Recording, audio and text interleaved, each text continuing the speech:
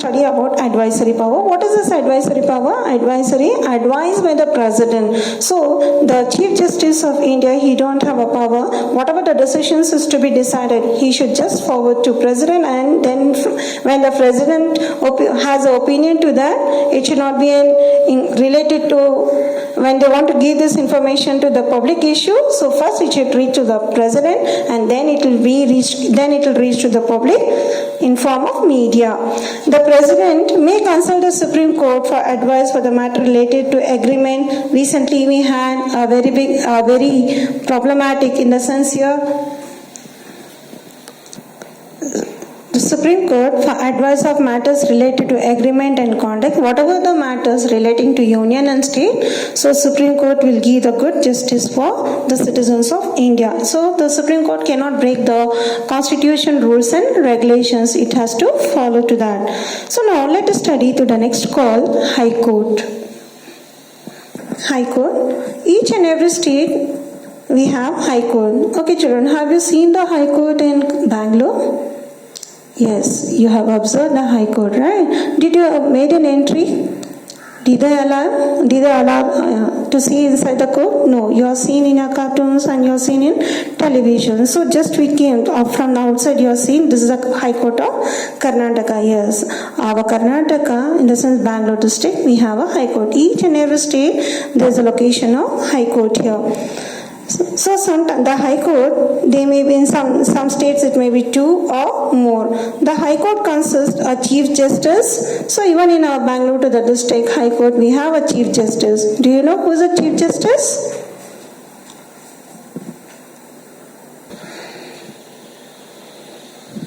Can you observe the picture, children? Yes, he is the Chief Justice of Karnataka for High Court, Abhay Srinivas Oka. Okay, he is the present Chief Justice to High Court. And there are a number of judges to the state, to the High Court. And same as we studied, what are the qualifications required to be the judge for High Court? He should be the citizen of India, and he should have served as a judiciary officer in a judicial office and worked as an advocate for High Court. At least for 10 years he should render his service as an advocate in High Court. Then only he'll get a position as Chief Justice of High Court. And here, as per the opinion of the president, so who appoints for these judges here? In the sense for the state, that is, he is nominated by President of India. To the state we have Chief Minister and we have Governor, but they are appointed by President only. What is the age for the High Court that he should get retired? The retirement age for the High Court judge is 62 years, or if he can continue or he can resign from his job here. And later, and if they can be removed from the office by the president, supported by specified majority of vote from the houses of parliament. So they are appointed in form of election from both the houses, that is upper house and lower house, Rajya Sabha and Lok Sabha. These two houses are going to cast a vote, and then the person for the High Court and Supreme Court are nominated as a Chief Justice. Now, what are the functions of High Court that we have for each and every state? The original power to resolve. So we had 2 cases. One is called as civil and second is called crime. So in our Bangalore also we have. So this civil and crime cases, in the sense here subordinate court. Who's the main court here for the state? That is High Court, only considered as civil and criminal. They are rectified as subordinate court here. What are the matters they handle? That is naval, navy, war, martial and other cases. And to admit these appeals, again the judgment passed by the subordinate court, that is civil and criminal cases. The Supreme Court, in the sense the High Court, it's divided into 2, the civil and the criminal cases, and the judgment, whatever it's been given for the individual, they had to rectify that. And otherwise, these cases can transfer from lower court to High Court. Imagine your civil case is going on in some district court. If the people are not happy with the judgment here, so they can appeal it to High Court here. So High Court, by starting matter to the beginning, gives a justice here, and whatever the decisions given given by the High Court, they have to oblige to that. To supervise the working of the subordinate court, where a writ petition in the sense of fundamental rights. So as I said you, there are 6 fundamental rights here. They have to follow to the articles. And to this, they appoint the staff in regulating them. So they are the people, advocates, the trainers in the court here. They are the people to manage these cases in High Court. So now, the Supreme Court, it's divided into High Court, District, that is Session Court. We have the Senior Court and criminal case and civil cases. So writ petition, what is this writ petition?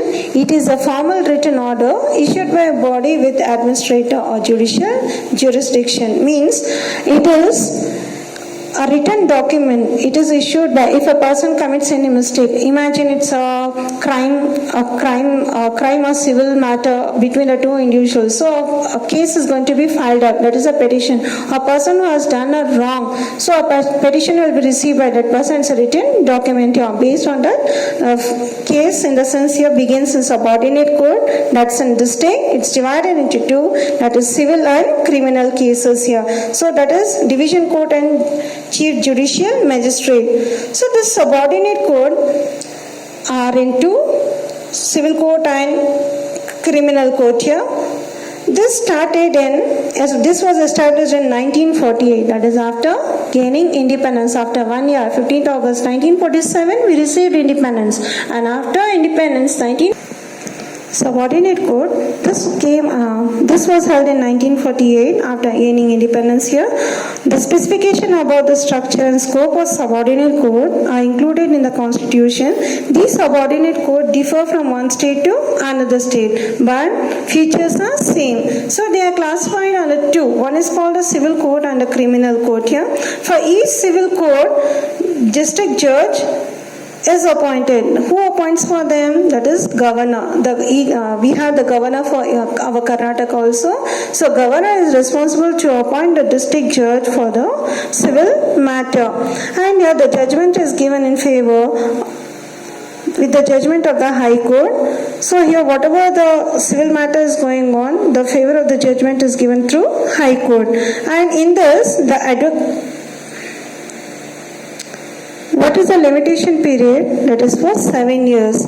The other judges are selected through competitive exams, as we have the competitive exams in form of UPSC. I think you have heard it.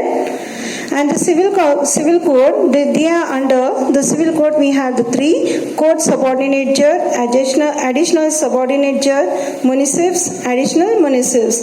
And now comes here for criminal. What is this criminal here? Who is the person to manage? Criminal courts, it came into existence on 1st April 1974. So see the gap of this 19 subordinate court and the criminal court. It started in 1974 and this is known as District Magistrate Court. What it deals here, this criminal court. The criminal court takes up the crimes like murder, robbery, dacoity, etc. And here it is having this court has have a power like issuing of death sentence and also life imprisonment.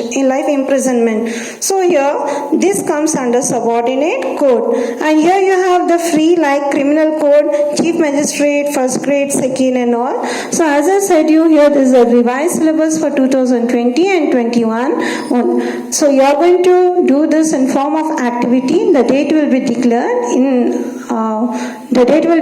to the next video. Children, you are going to do this 3 topics in form of activity. We'll inform you the date that when you are going to do and when you are going to submit. I hope you follow this topic, the judicial system. Go through the topic of Supreme Court and High Court. Thank you, children.